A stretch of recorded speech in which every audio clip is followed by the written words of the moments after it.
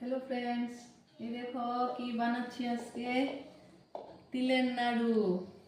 তিলকে গুড় দিয়ে পাক দিলাম, এখন দেখবে গোল গোল নাড়ু বানাবো। এই দেখো বানিয়ে নিচ্ছি তিলের নাড়ু। উফ, দেখো এই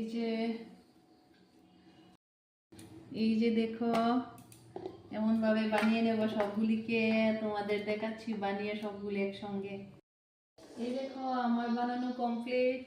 আর এই দেখো কড়ার মধ্যে একটু পড়ে আছে, সেইটা এখন আমি একটু খেয়ে নেব।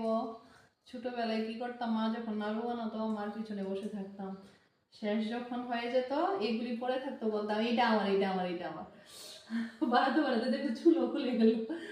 এই দেখো আমি খেয়ে দেখাচ্ছি তোমাদের।